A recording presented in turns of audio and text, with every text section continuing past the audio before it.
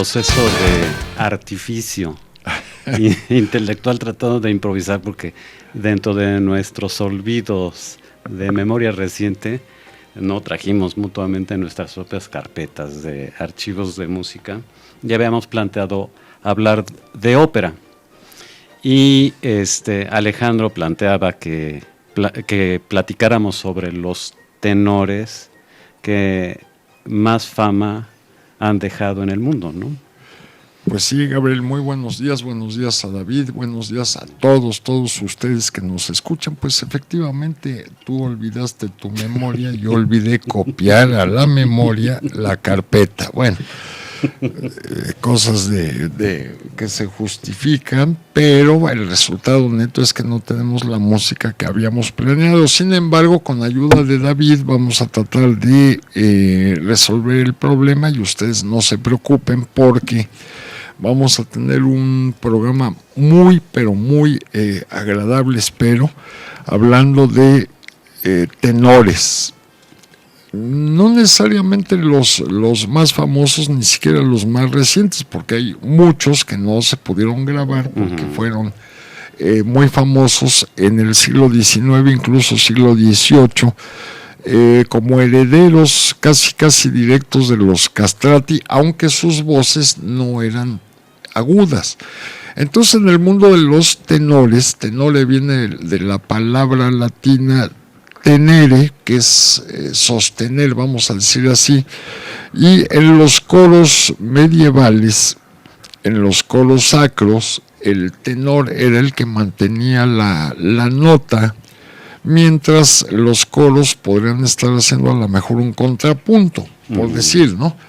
Y entonces el tenor era el de la voz más nítida, el de la voz más fuerte incluso, y era el que realmente mantenía la continuidad y la conexión entre las voces del coro.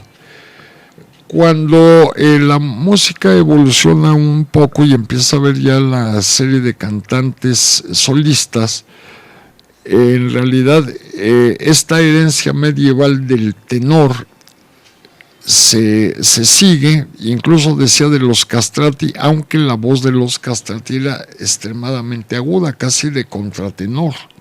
El contratenor es una voz muy, muy aguda, casi femenina. Pero bueno, ya empieza a desarrollarse el cantante solo. Alrededor de 1599 la ópera surge en Venecia como un experimento, vamos a decir así, donde se le ponía música al drama, a una obra de teatro. Entonces, ¿cómo se oirá una función de teatro cantada, ¿no? Era la idea. O las canciones, ¿no? Los madrigales. O los madrigales, ¿no? Exactamente. Y entonces empieza la música incorporada a una obra de teatro, y es cuando nace la ópera. No hay un acuerdo exacto de cuál fue la primera ópera representada, pero era de una complejidad ya alrededor del 1650. Ver o escuchar una ópera era realmente algo extraordinario, porque los escenarios se hacían mecánicos, y salían angelitos volando y nubes y tal, ¿no? Y alcanzó un muy, pero muy rápido desarrollo. De Venecia brincó a Roma, a Nápoles, todo en Italia. La ópera es un invento estrictamente italiano. Y luego, bueno, otros países de Europa la empiezan a tomar como un estímulo y un nuevo arte. Y entonces, pues, se empieza a desarrollar en Francia, en Alemania también. Y ya para el siglo XIX, pues ya tenemos a los grandes, pero grandes compositores que tomaban generalmente una obra, una novela, una obra de teatro, y le ponían música, se apoyaban de un libretista. O sea, para la ópera, que en realidad el nombre completo es ópera o drama. una obra para el drama, sería la traducción literal. La ópera, como pueden ver, es relativamente joven porque empieza pues alrededor del 1600, digamos en números redondos, ¿no? Y bueno, pues tiene 400 y tantos años. O sea, y lo que se ha desarrollado en este periodo es asombroso. Las voces, la orquestación, la iluminación, la escenografía. Los teatros. Los teatros, claro. Entonces, yo algún día dije, y podría yo sostenerlo, que lo más complejo que ha hecho el ser humano es la ópera. Los cantantes tienen que actuar, tienen que darle sentido a lo que cantan, el vestuario, la iluminación, la orquesta, todo combinado da como resultado una obra de arte realmente notable, ¿no? Ese es un espectáculo impresionante. Y esto solamente se puede valorar en vivo, mano. Desgraciadamente, esto solamente lo puedes percibir cuando en un lugar, en un teatro, alguien, solamente con el órgano laríngeo, tiene la capacidad de sobreponerse sonoramente a una orquesta, a un coro, y llenar un auditorio. Solamente viviéndolo es como se puede percibir, ¿no? Es verdaderamente una cosa impresionante. Cuando oyes la voz del tenor rebotándote en el pecho, es una experiencia absolutamente inigualable. No hay nada de la historia humana o de un invento humano que te genere esa sensación, la voz humana con esa plenitud. Y eso es lo maravilloso de la ópera. Desde luego se han perdido muchas voces que no fueron grabadas no había la tecnología para hacer estos registros. Es hasta principio del siglo XX cuando con el invento del fonógrafo empiezan a registrarse voces. Una muy famosa y una de las más prodigiosas de todos los tiempos es la de Caruso. Enrico Caruso. Creo que fue la primera grabación que se hizo, ¿no? En realidad, la primera grabación fuera de la que hizo Edison, del borreguito famoso, la que siguió fue efectivamente la de Caruso, pero se usaban en ese entonces micrófonos de carbón. Es decir, era un polvo de carbón que vibraba con el sonido y esto lo transmitía una membrana y esto era registrado directamente a la cera, que era donde se registraba antiguamente el sonido. De manera que, bueno, era una calidad comparada a la que podemos escuchar actualmente, pues muy pobre.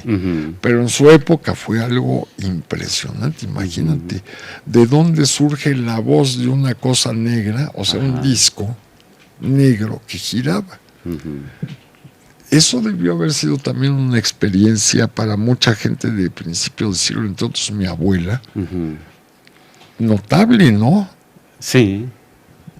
Ahora pues no tenemos esa ahora hasta se nos pueden olvidar las carpetas y las memorias, man. Todo lo tenemos en un pedacito es así, impresionante, ¿no? Del tamaño de un chicle y equipos cada vez más pequeños y más potentes y con una calidad sonora todavía más impresionante, ¿no?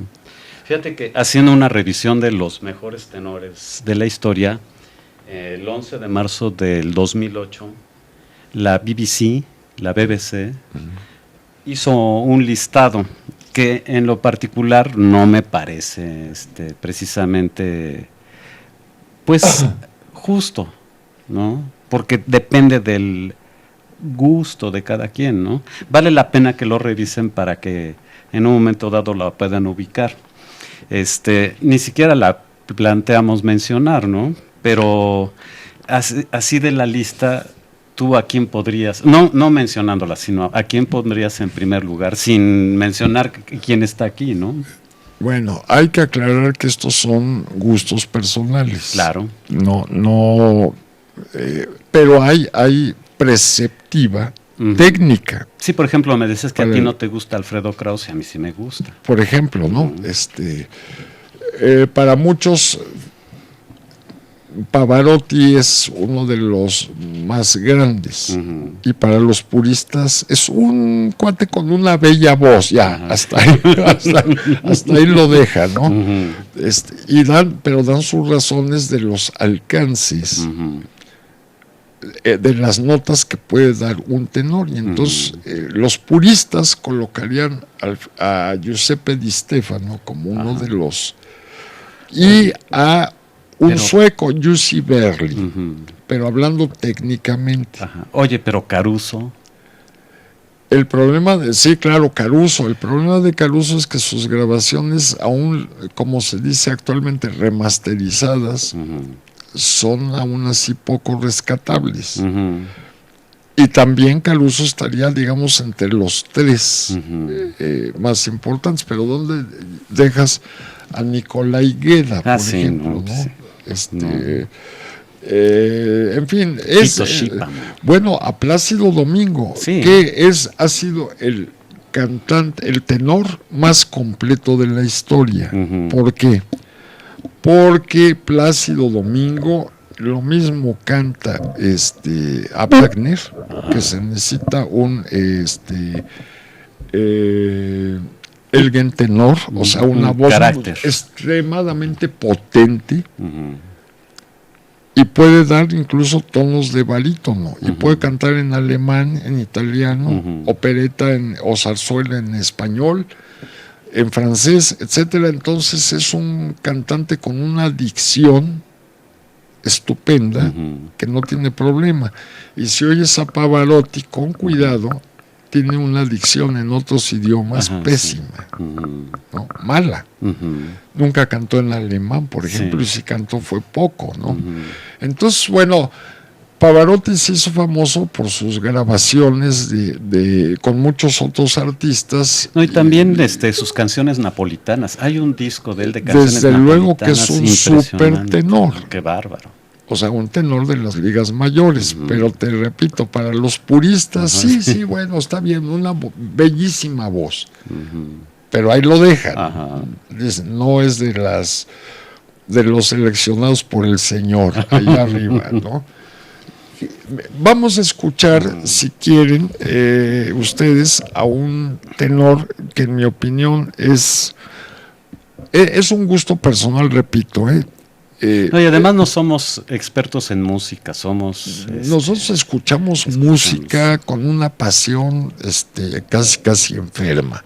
Sí, pero es demencial la pasión con la que escuchamos. Pero miren, muchachos, en realidad el mejor tenor es el que a ustedes les guste, al final de cuentas. Ya las partes técnicas y vamos a decir ya los registros de voz de tal a tal escala y esas cosas, bueno, eso ya es para los expertos o técnicos en grabación o los que saben técnicamente de música. Nosotros nos conformamos con conmovernos profundamente con las voces de algunos de ellos.